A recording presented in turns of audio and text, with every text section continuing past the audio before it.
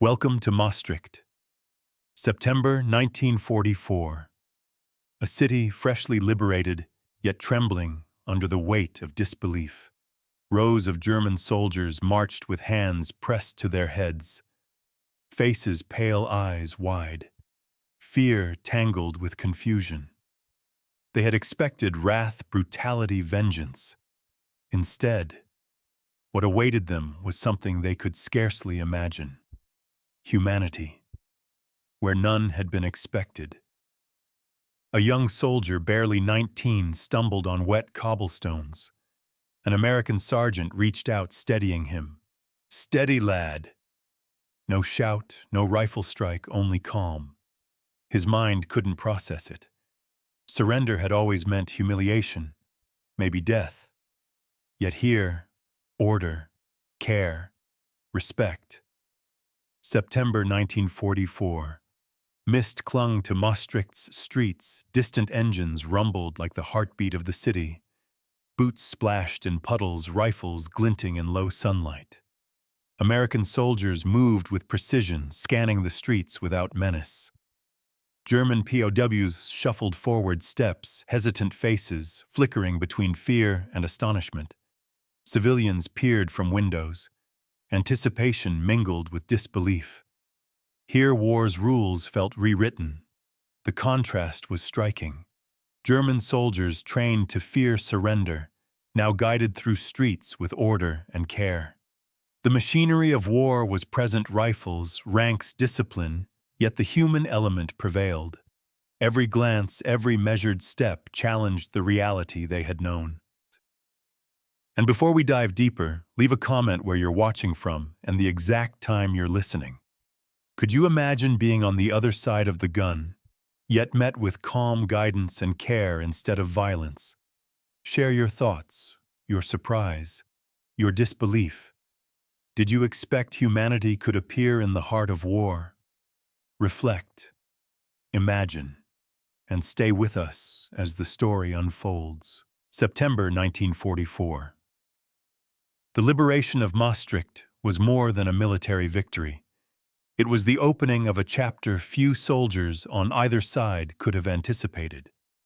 The U.S. Army, having advanced through the Netherlands with meticulous planning, had captured thousands of Axis troops, men who had stormed cities, fired upon civilians, and believed in the merciless doctrine of total war. Official records later documented the precise numbers. Over 50,000 prisoners of war were collected in the Netherlands during the fall campaign. Each man catalogued and numbered, photographed and registered, fingerprints taken for security, yet with the care of an archive and the caution of an orderly mind. Not one was left to wander. Not one was forgotten. The POW camps themselves were constructed with both efficiency and compliance to the Geneva Convention. Barracks built of timber and canvas, heated where possible, allowed men to recover from the physical strain of months on the front. Medical officers, often working 16-hour shifts, attended to wounds, fevers, and malnutrition. Some prisoners had walked for days with little water, carrying the scars of prior combat. The Army's reports noted that over 7,000 men required immediate medical attention upon arrival. Triage units operated in tents behind the barracks. Red Cross volunteers administering care with a meticulousness that surprised even the Allied commanders. The paradox was evident: men trained to kill and conquer now received care from those they had imagined as merciless. Food, a symbol of life and morale, became another instrument of both surprise and stability. 3 meals a day were standard, regulated, and monitored. Reports indicate that each POW received at minimum 800 calories per day. Hot meals, soups, bread, protein, and fresh vegetables, where available, served at scheduled times. Bread lines were orderly, no shoving, no intimidation, just men waiting their turn under watchful eyes. German soldiers, accustomed to starvation rations on the Eastern Front and bombardments that denied them sustenance, could scarcely believe the abundance. Some whispered to each other incredulity in their native tongues, wondering if this was a trick. if there was a hidden punishment behind the courtesy. But there was none. Only nourishment. Only sustenance. Only the strange kindness of a former enemy. Sanitation. A factor often overlooked in war was meticulously maintained. Latrines cleaned, daily water supplies filtered, and tents aired regularly. Reports from the U.S. War Department noted that outbreaks of dysentery common in the cramped, chaotic conditions of European battle zones were virtually absent in these camps. POWs were given clean clothing when available, blankets to ward off cold nights, and simple comforts like soap and towels. Every measure, though mundane to the Allied staff, became a revelation to men who had endured months of privation. The irony was palpable. Men hardened by ideology, trained to believe in suffering as inevitable, were met with hygiene and dignity. Discipline within the camps was strict but fair. Orders were given, formations maintained, yet enforcement relied on structure rather than fear. Guards were trained to control through presence, through rules, and through predictable patterns. Infractions were rare, and when they occurred, punishments were measured a guard's correction rather than a rifle butt. German officers observing the organization often noted the precision. They compared it to the rigid discipline of their own units. Yet here the purpose was not domination, it was preservation. It was war conducted with humanity, a concept that many POWs struggled to comprehend. Letters home became another thread connecting prisoners to the world outside. Regulations allowed men to write and receive correspondence. Over 20,000 letters were processed in the first month alone in the Netherlands camps. Red Cross volunteers ensured delivery. For the men, these letters were lifelines, glimpses of home proof that life persisted beyond the fences and the guard towers. The surprise was not merely in the allowance of communication, it was the care with which it was handled. No letter was lost, no complaint dismissed. Each man's voice acknowledged, each story preserved. Labor, an unavoidable part of POW life, was assigned with attention to safety and fairness. Men worked in kitchens, maintenance, construction, and agricultural support, always under supervision. Tasks were designed not to punish, but to occupy, to maintain skills, and to contribute to camp function. Reports show that injuries were minimal, and those injured received immediate attention. The German soldiers, expecting forced labor with brutality, found themselves engaged in work that was organized, purposeful, and treated with respect. Even in toil, the hand of humanity was evident. The psychological dimension of these camps was equally significant. Officers arranged for educational classes, lectures, and reading material. Newspapers, books, and pamphlets were provided. Over 3,000 men attended classes, ranging from language lessons to technical skills in the first 6 weeks. The aim was rehabilitation, engagement, and mental stability. For men who had been steeped in war propaganda and ideology, the experience was disorienting. The dichotomy between expectation and reality created cognitive dissonance. Confusion, disbelief, and tentative respect formed a new emotional landscape. Accounts from prisoners themselves, preserved in diaries and post-war interviews, describe the shock in vivid terms. One corporal wrote, "We were trained to fear them, to expect cruelty. And yet, there was bred warmth and calm voices guiding us. I could not reconcile it. Was this truly the same enemy?" Another soldier reflected on the orderly lines, the measured commands, and the absence of malice. It felt unreal, as though the war had paused and left us in a strange interlude of mercy.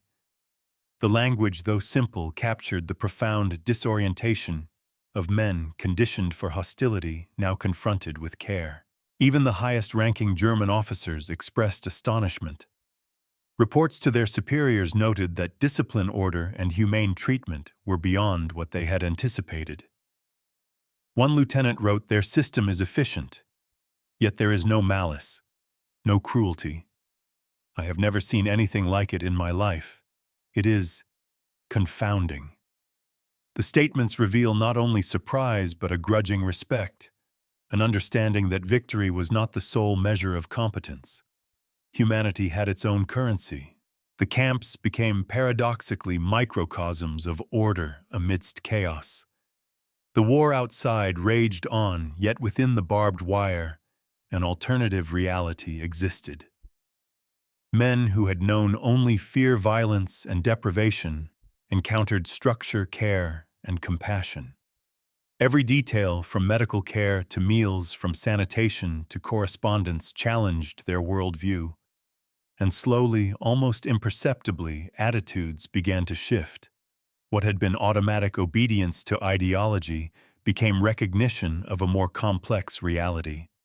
That even in war, men could choose to act with decency. The sun broke weakly through the gray clouds, casting a pale light over the camp. Rows of barracks stretched like pale skeletons along the muddy paths.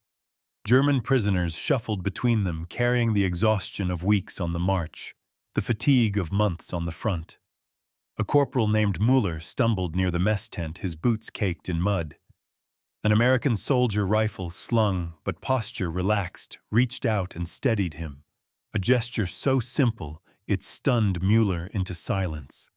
His eyes flickered with disbelief. He had expected blows.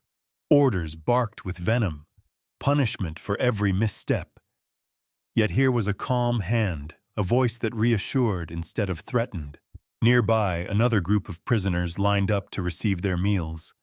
Pots of soup simmered over small fires. Bread was passed carefully from one hand to another. Mueller watched as men who had fired at him days before moved silently, efficiently, without malice.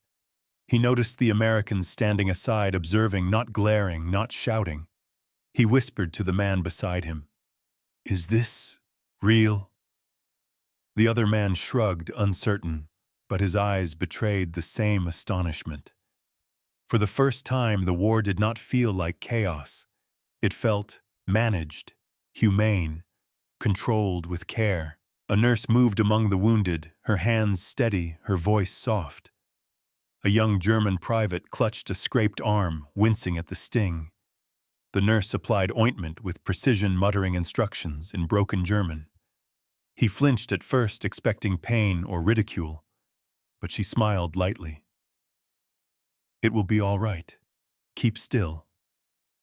He stared, bewildered. He had never imagined an enemy's hands could heal without contempt, and yet here they were, healing, attending, restoring. The contradiction burned in his mind, fear and relief mingling in a strange cocktail.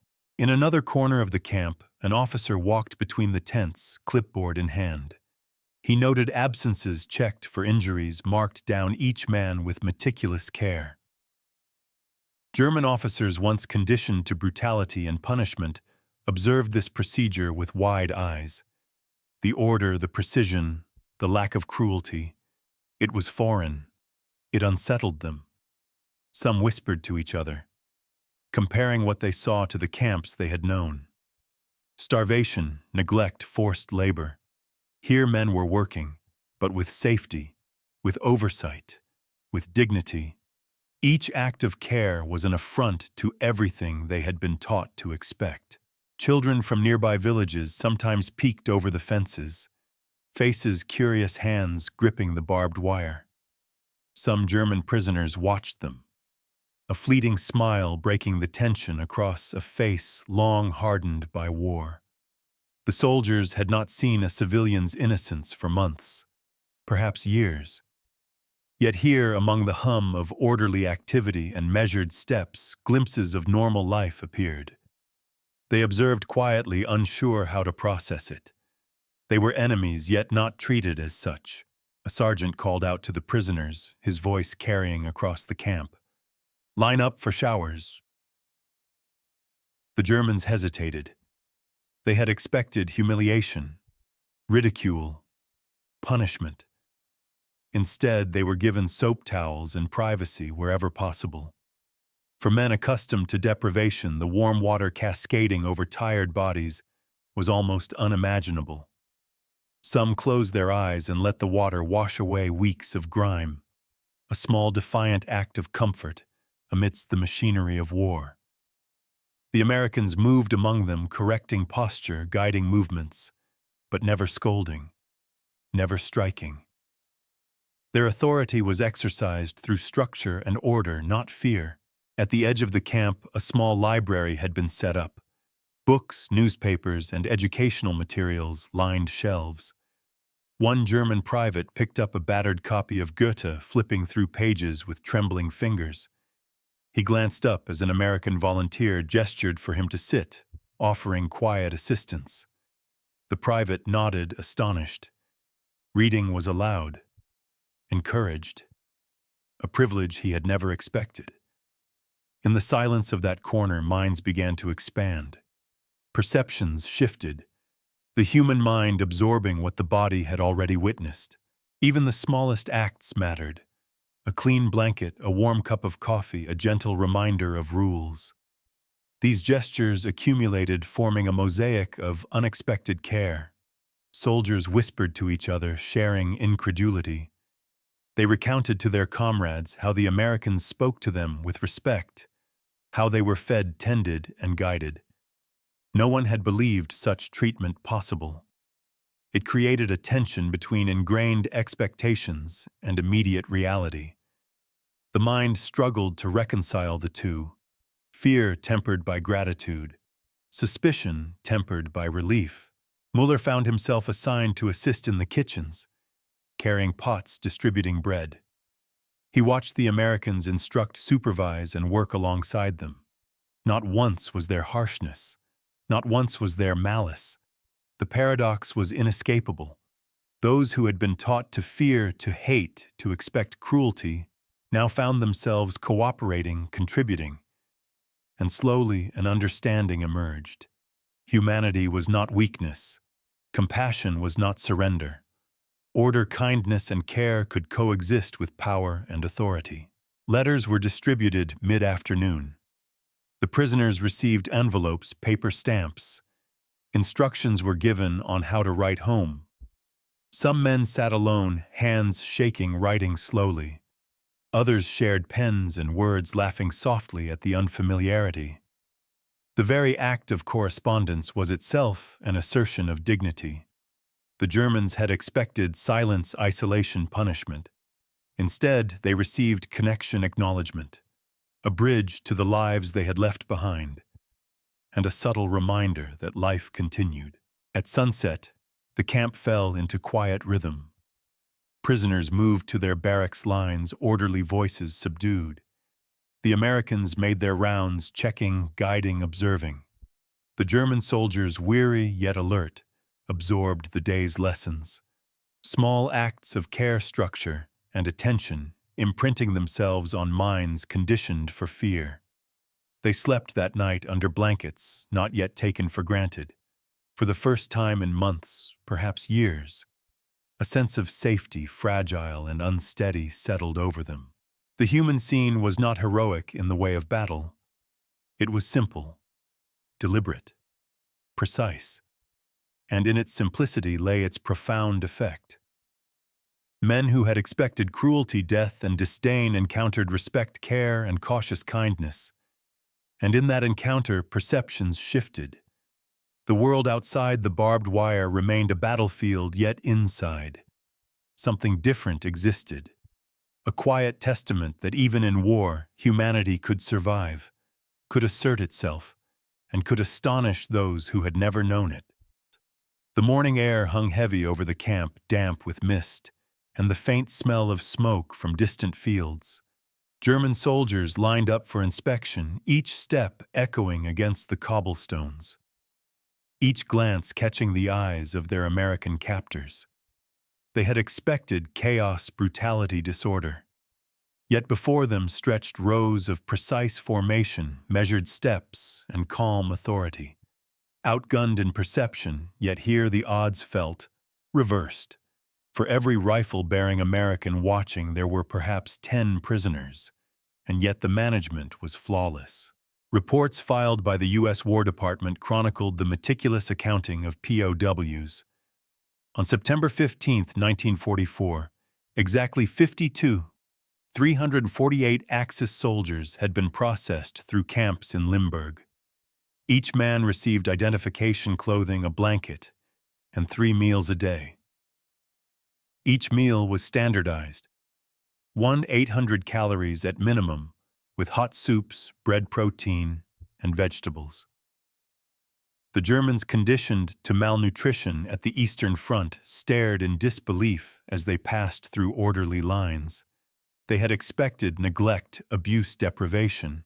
Instead, they encountered abundance, routine, predictability, and this predictability itself became a weapon of subtle psychological transformation. The medical units operated under extraordinary pressure, tending to wounds, frostbite, dysentery, and the exhaustion of weeks on forced marches. Records indicate that over 7,000 men received immediate care upon arrival. American doctors, nurses, and Red Cross volunteers worked tirelessly, some for 16-hour shifts. Every treatment, every bandage, every instruction was documented meticulously. German officers observed these operations in disbelief. They had been trained to expect humiliation in captivity, perhaps exploitation, even torture. Yet here the sick were treated, the weak were attended, and the injured were prioritized. Mercy, they realized, could be measured, catalogued, and delivered. Sanitation became a cornerstone of order. Latrines were cleaned daily, water supplies, filtered tents, aired regularly. Each act of hygiene seemed trivial to the American staff. But for men accustomed to squalor, disease, and overcrowding, it was astonishing. Out of 348 prisoners, only 187 suffered minor outbreaks of dysentery in the first month, a testament to careful planning and implementation. POWs who had endured months of chaos now found themselves in a system designed to preserve life, not crush it. The contrast between expectation and reality reverberated through the camp. Disbelief turned slowly into grudging acknowledgement. Labor assignments were another arena where contrast became evident. Prisoners were tasked with kitchen duties, camp maintenance, and agricultural work. The work was structured, purposeful, and monitored for safety. Injury rates were minimal. When accidents occurred, immediate care was provided. The Germans had anticipated forced labor with cruelty, overwork, and humiliation. Instead, they found themselves engaged in productive activity, overseen with fairness and guidance, outranged in expectation, outmaneuvered by humanity. They began to see that efficiency need not be brutal, and order need not be cruel. Education, too, became a vector for dissonance. Classrooms were established within camp walls. Literacy lessons, technical instruction, and language courses offered. Over 3,000 prisoners attended sessions within the first 6 weeks. Some men had never handled books in their lives, yet here they were encouraged to learn. The irony was not lost. They had expected suppression, censorship, indoctrination. Instead, they were granted access to knowledge, discussion, and mental engagement.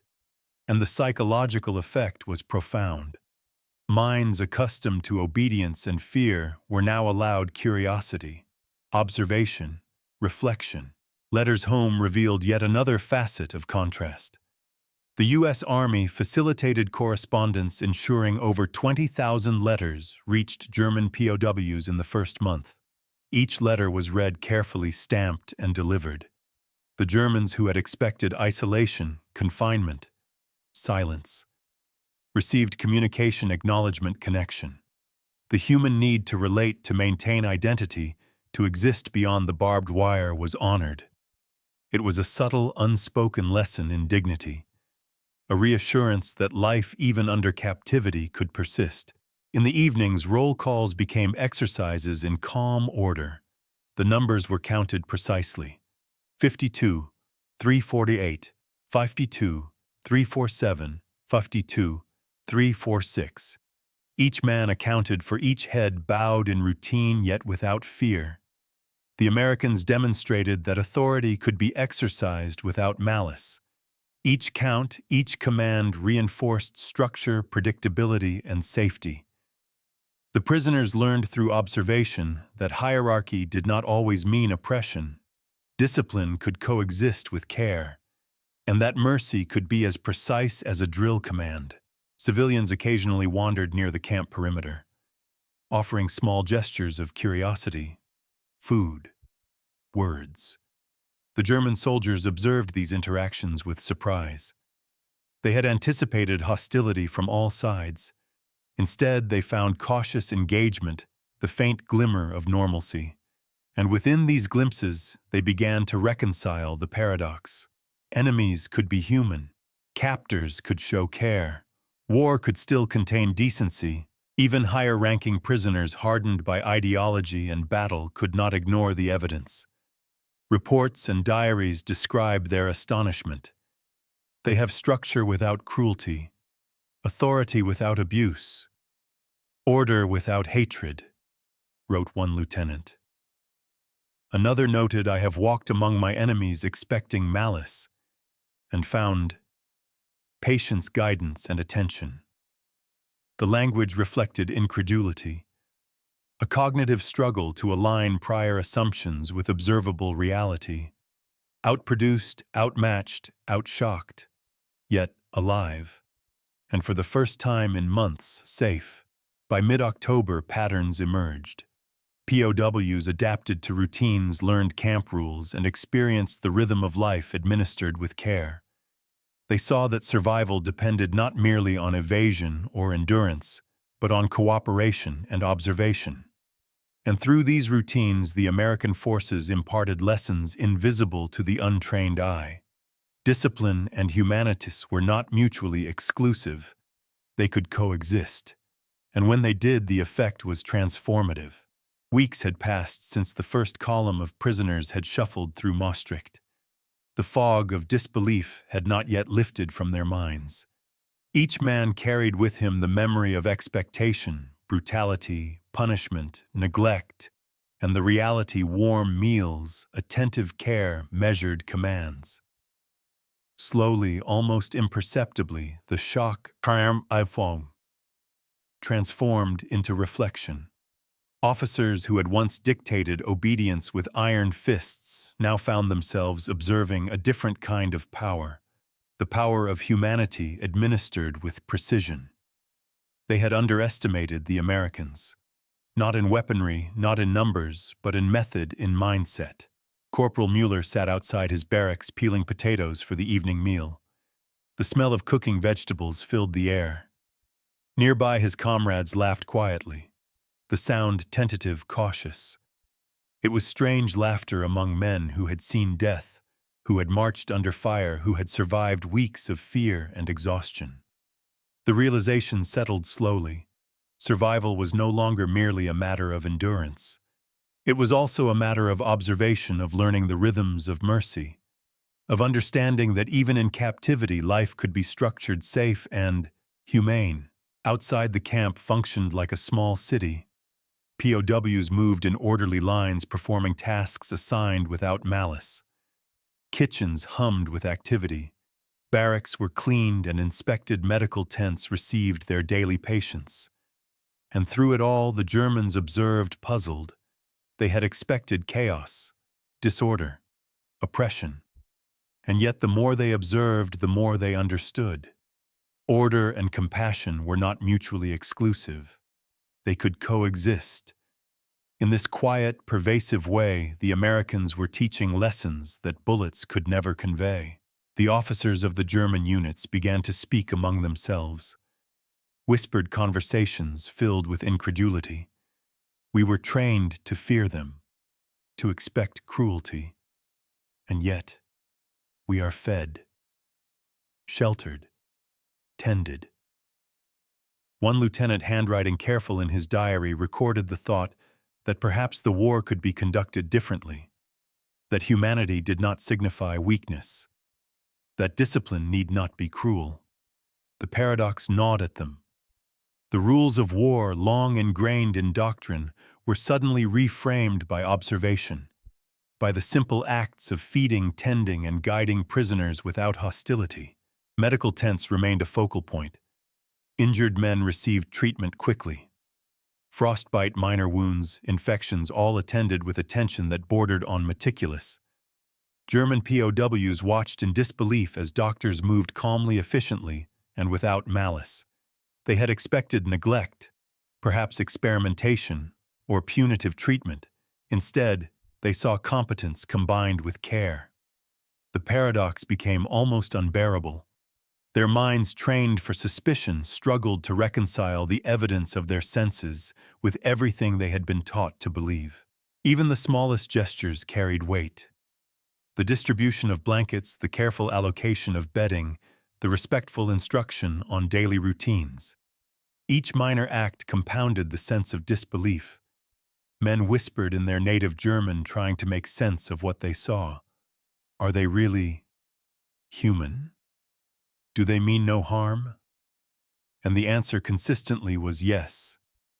The Americans treated them as men, not merely as captives, not merely as numbers, but as individuals deserving of dignity, attention, and structure.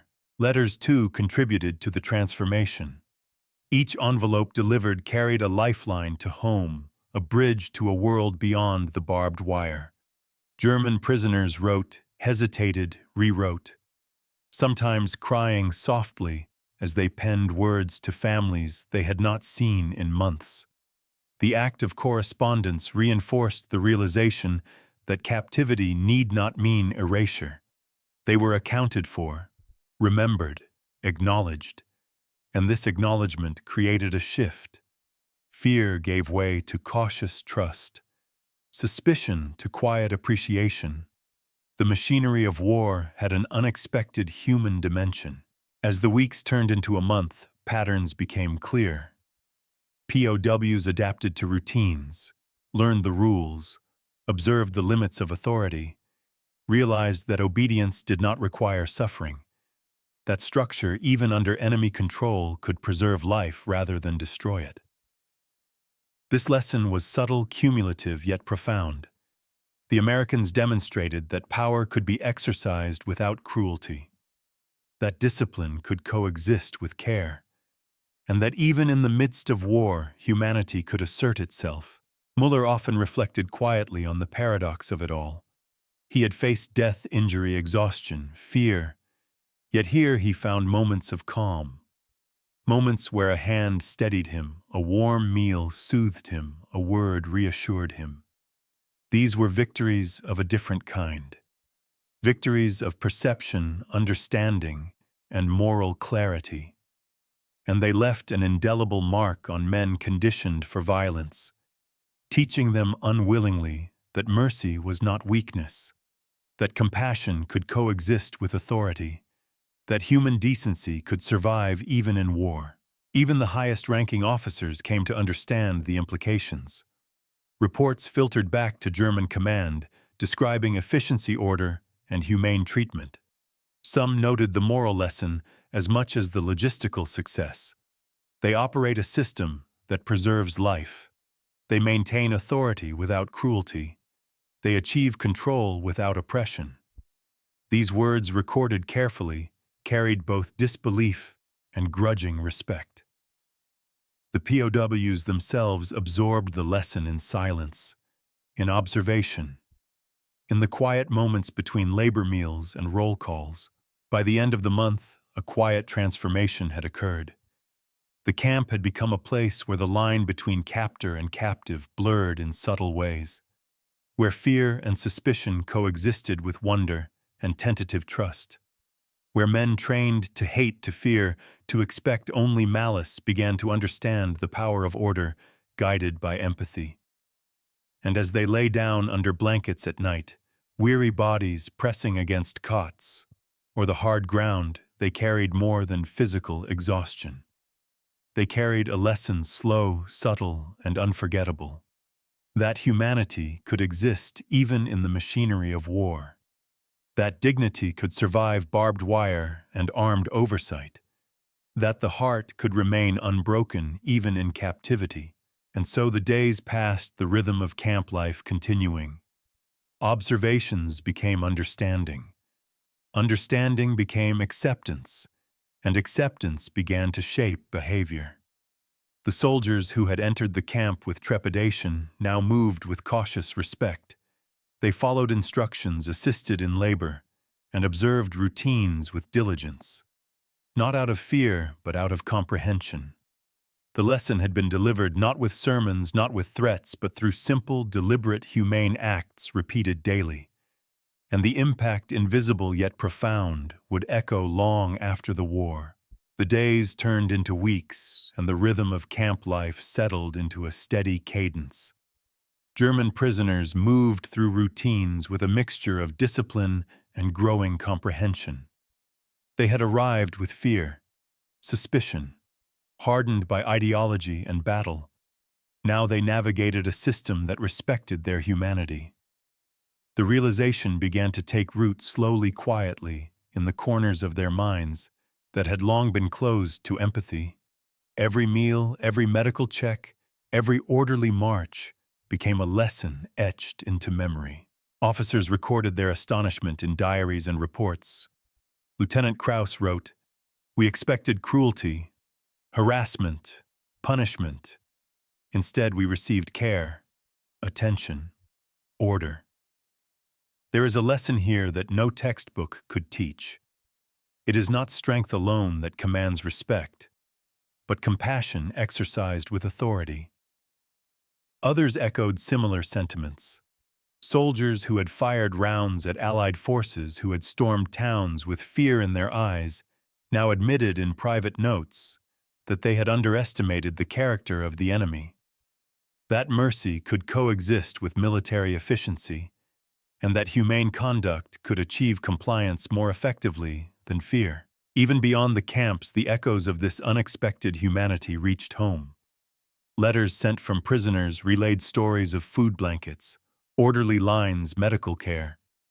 Families read words they scarcely expected to see. That their sons, brothers, husbands had survived not only because of chance, but because those they considered enemies had chosen to act with dignity. The dissonance between expectation and reality traveled across borders, across ideologies, planting seeds of reflection and perhaps change. The psychological transformation was subtle yet profound. Men who had been taught to fear authority, to expect malice, and to distrust entirely began to recalibrate their understanding. They observed, they measured, they internalized. The line between captor and captive blurred in ways impossible to quantify. Respect replaced suspicion. Cautious cooperation replaced resistance. Even small acts, sharing a shovel, assisting a wounded comrade, adhering to a rule without complaint, became markers of adaptation. Each gesture of humanity was absorbed, reflected upon, and retained. In the evenings, as the sun dipped behind the distant hills, the camp's routine slowed. Guards patrolled with steady steps. POWs retired to their barracks. The quiet was punctuated only by soft whispers, the rustle of blankets, and the occasional cough. And in that quiet, the weight of understanding settled. These men, once defined solely by ideology and obedience, had glimpsed a different reality, one in which the exercise of power did not require cruelty, one in which human decency could survive the machinery of war and even flourish. Medical reports continued to document the effects. Injury rates dropped. Minor ailments were treated quickly. Mental stability improved. The care provided had tangible results. Physical well-being and psychological resilience were linked in ways that surprised both prisoners and their captors. POWs who might have succumbed to despair found structure and support instead. The Americans had not merely detained men. They had preserved life. They had modeled an alternative, a standard that contrasted sharply with the brutality so often expected in conflict. Education and work continued to play pivotal roles. Classes, workshops, and supervised labor offered purpose. Reading, writing, and practical skills created engagement. Men learned not merely to pass time, but to regain a sense of agency.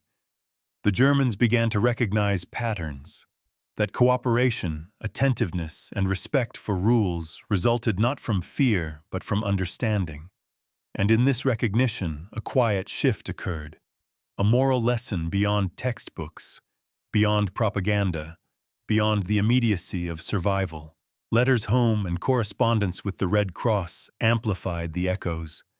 Families received reassurance. POWs expressed surprise gratitude, even tentative admiration for those who had captured them. The paradox was impossible to ignore. Enemies in battle, now protectors of life. Observers of order, not destroyers.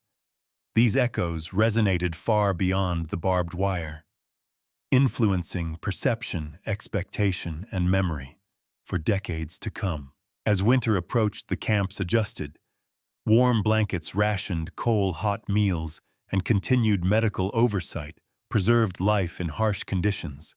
The prisoners adapted fully to routines, internalizing lessons in both behavior and trust. They understood that survival was intertwined with cooperation, observation shown, and acknowledgement of authority exercised without malice. In these daily repetitions, humanity revealed itself not as abstract ideal, but as concrete practice, visible, tangible, and profoundly disarming. The human element endured, not in dramatic acts of heroism or battlefield bravery, but in the quiet, consistent gestures of care, the measured correction instead of strike, the offering of sustenance instead of deprivation. Each POW internalized these lessons differently, some with gratitude, others with stunned disbelief, all with a recognition that the enemy they had feared could act with moral clarity, and that the definition of strength extended beyond weapons and numbers, to include mercy, patience, and respect for life. By the time liberation of Europe progressed and prisoners began returning home, these experiences left indelible marks. Diaries, memoirs, and letters reflected astonishment, reflection, and even a shift in worldview. Soldiers who had expected only suffering and indignity now recounted kindness, order, and careful attention. They carried with them stories that contradicted the prevailing narrative of war. A reminder that even amidst destruction, human decency could assert itself. That compassion, when wielded deliberately and consistently, could be as transformative as any victory on the battlefield. And so, the camp emptied gradually. Men moved toward freedom, toward repatriation. But the echoes lingered, in conversation, in memory, in the subtle influence on post-war interactions. The Americans had demonstrated a principle that endured far beyond the immediate campaign. That power exercised with humanity could preserve life, teach respect, and reshape perception. And in this quiet revolution of care, the war left behind a legacy not of weapons alone, but of moral courage, of compassion applied with discipline. Some lessons were written in smoke and steel, others in careful measurement, in daily routines, in warm meals, in hands extended to steady the fallen. And as the POWs departed, Maastricht, each man carried a fragment of this revelation, a whisper of humanity in the midst of destruction, a quiet testament to the enduring power of decency, that even in war, the heart could remain unbroken, and the human spirit, resilient and observant, could carry the echoes of mercy across time and memory. As the last columns of prisoners departed Maastricht, the city itself seemed to exhale. The streets, once alive with the shuffle of boots and the murmurs of astonishment, fell into quiet. The barbed wire fences remained. The barracks stood empty, but the echoes lingered. The soldiers who had walked through those gates carried with them more than fatigue and relief. They carried lessons of observation, of patience, of humanity exercised in the midst of war. They had witnessed what many thought impossible, that order could be paired with compassion, that authority could coexist with care, and that even enemies, when guided by principle, could act with dignity. Muller reflected on the months spent in the camp. He had arrived wary, hardened, skeptical. He had expected punishment, neglect, and disdain. Instead, he had encountered structure, care, and attention to detail. Warm meals, clean blankets, medical aid, respectful commands. Each small act accumulated into a quiet revolution in the mind. He realized that survival did not solely depend on force or cunning, but also on understanding, adaptation, and the capacity to witness and internalize mercy. And in that realization lay a paradoxical form of victory, a victory not measured by territory or bullets, but by the preservation of human dignity amidst conflict. Letters sent home became tangible markers of this revelation. Families read accounts that contradicted expectation. We were fed, cared for, guided without malice. One letter recounted. Disbelief mingled with gratitude in each line. News of humane treatment traveled across continents, carried not only by ink and paper, but by the quiet reshaping of perception. POWs returned with stories that would challenge conventional narratives of enemy conduct, reminding the world that even in the machinery of war, compassion could leave a lasting imprint. In quiet barracks and under twilight skies, conversations unfolded between men who had once faced each other with rifle sights. Whispers of astonishment, questions of morality, reflections on what they had learned. The human mind, confronted with repeated evidence of decency, began to recalibrate. Fear was tempered by respect, suspicion replaced by cautious understanding. Men who had believed that war demanded cruelty now realized that mercy could be deliberate, effective, and transformative. The Americans, too, left lessons beyond the physical boundaries of the camp. Their actions demonstrated that power wielded with humanity was not a contradiction, but a principle. A machine of war could function with care. Authority could guide without harming. Survival could be ensured without inflicting suffering. The prisoners internalized this paradox in ways that would shape their post-war lives, their attitudes toward authority, and their understanding of human nature. A moral blueprint was embedded in memory, quiet, persistent, and undeniable. Even decades later, memoirs and diaries reflected the lasting impact. German soldiers recounted their astonishment, the moments of human attention that had defied expectation. They spoke of warm meals after days of deprivation, of hands extended to steady the fallen, of clear instructions delivered without malice. These recollections revealed more than procedural accuracy.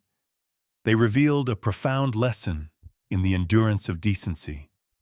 The soldiers remembered the care, the order, the humanity, and they carried it with them into a world struggling to rebuild.